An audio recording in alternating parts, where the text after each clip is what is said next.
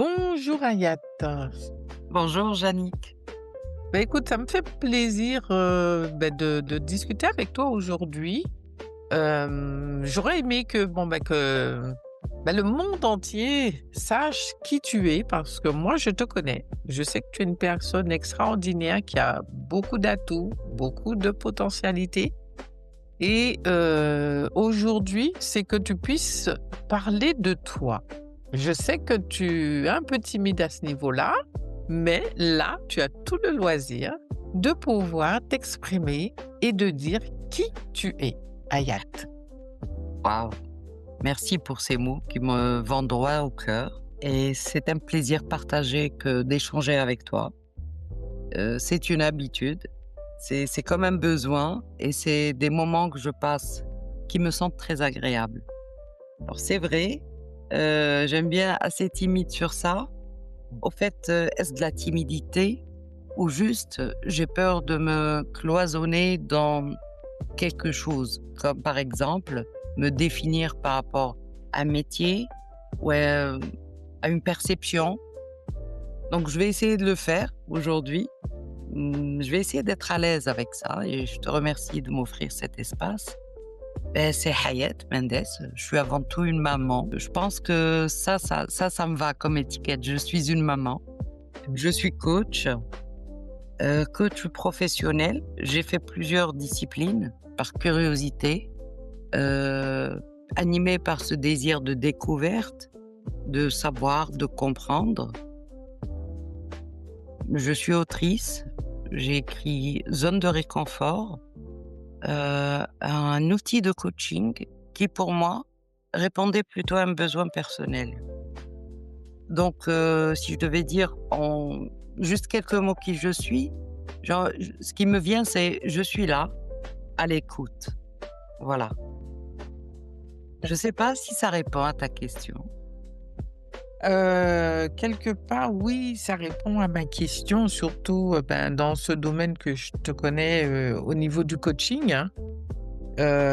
Tu as beaucoup à donner, tu as beaucoup à transmettre surtout.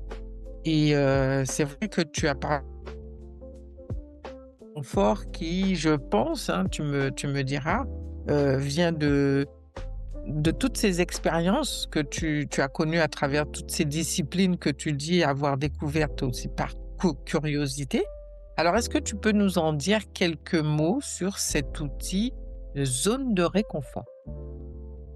Je vais peut-être te dire, comment. Oui, ça, j'aime bien le partager.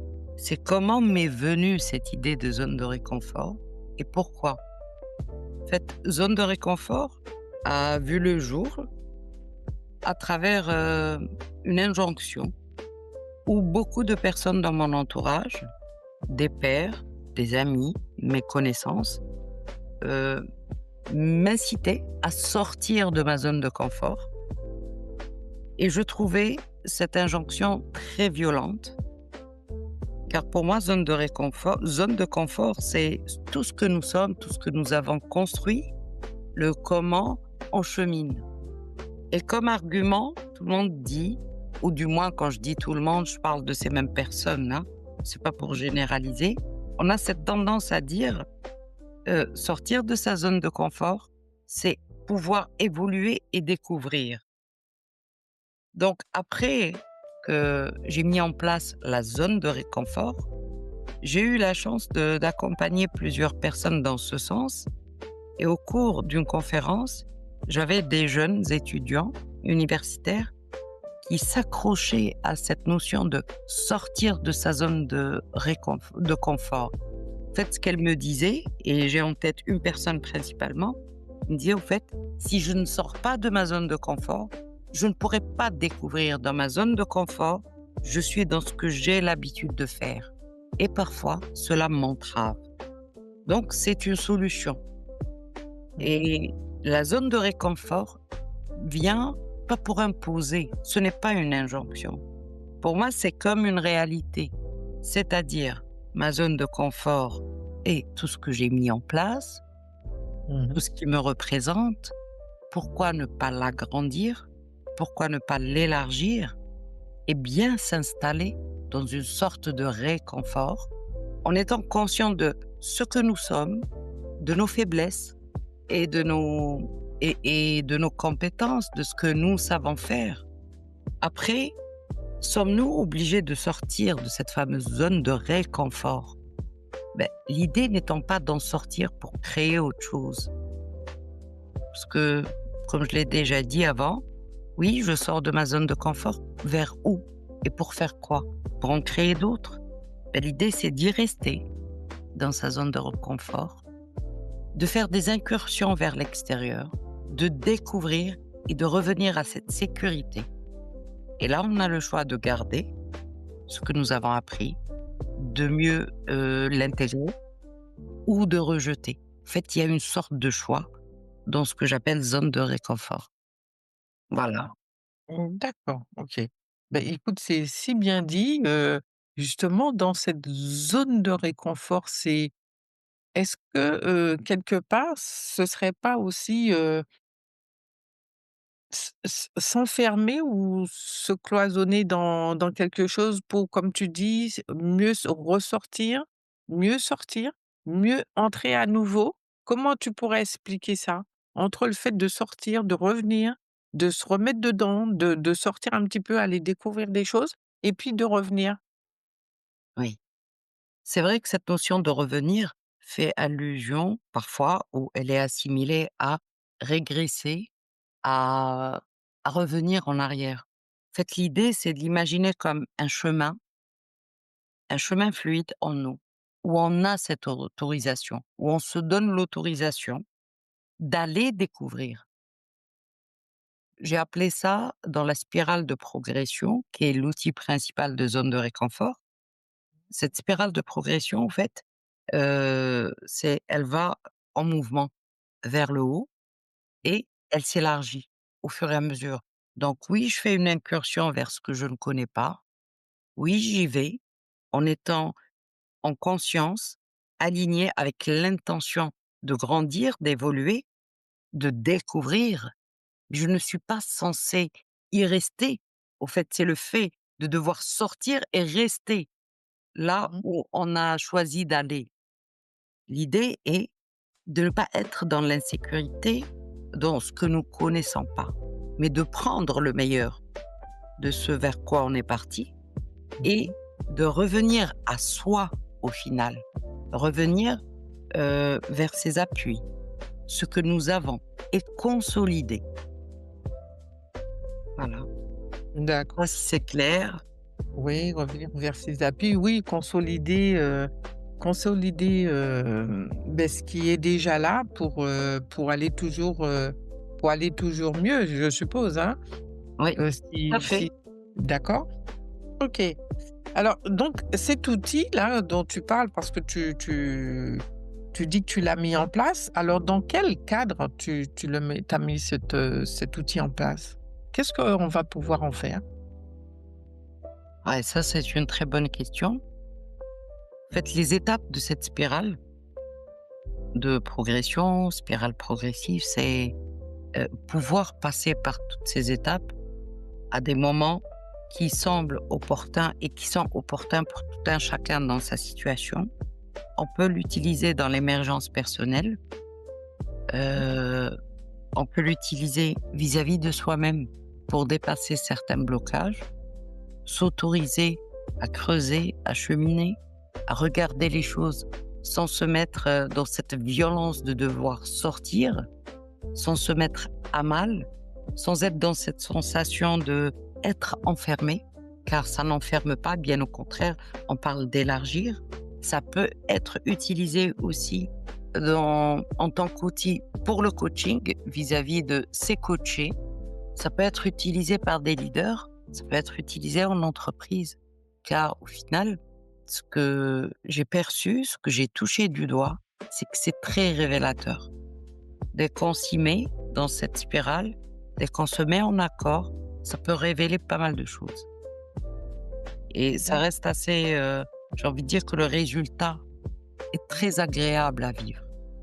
Et là, je parle de par l'expérience que j'ai eue, en échangeant autour de la zone de réconfort et en l'utilisant justement en entreprise. d'accord.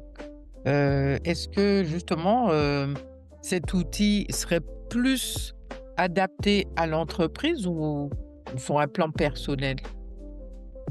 C'est ça. Ouais. Alors, à quoi, heu, ou plutôt dans quel domaine, zone de réconfort est plus adaptée? En fait, je pense qu'elle est adaptée, selon moi et selon mon expérience. Elle est adaptée et vraiment adaptée à l'individuel. Ça convient, car ça nous permet aussi de sortir de toutes ces injonctions, de travailler sur de repenser l'échec, de pouvoir percevoir les ombres qui s'insinuent dans la zone de réconfort. Et, et là, c'est vraiment, j'ai envie de dire, c'est une autre découverte de ce que nous sommes et de comment nous pensons les choses. Et c'est aussi, au même titre, elle s'adapte facilement et de façon très fluide au travail en entreprise. Mmh. Par exemple, pour la gestion, pour la cohésion des équipes, c'est très très puissant pour les leaders et dans le management. Et là, je pars toujours à partir de cette expérience, car quand je l'ai mis en place, je me suis posé justement la même question. Et j'ai essayé de voir un petit peu toutes les versions, ou du moins ce qui m'a semblé être les versions les plus pertinentes. Et en faisant des essais, en faisant des tests, j'ai vu que ça donnait de bons résultats. Après, heu, où ça peut, j'ai envie de dire la question qui reste posée, je pense, c'est comment la personne perçoit la non-injonction. Donc les personnes viennent vers la zone de réconfort quand ça leur parle, quand ça fait écho. Et quand on est vraiment, happé dans toutes ces injonctions, et Dieu seul sait qu'elles sont bien mises en valeur dans les réseaux sociaux, c'est un petit peu devenu une mode que de toucher, aux problèmes des autres, que d'essayer de lier les gens à travers l'émotion. Donc voilà, ça reste un choix aussi, hein. Je Ouais. ne sais pas si c'est clair ce que je dis, mais Oui. c'est ce qui me vient. Mmh.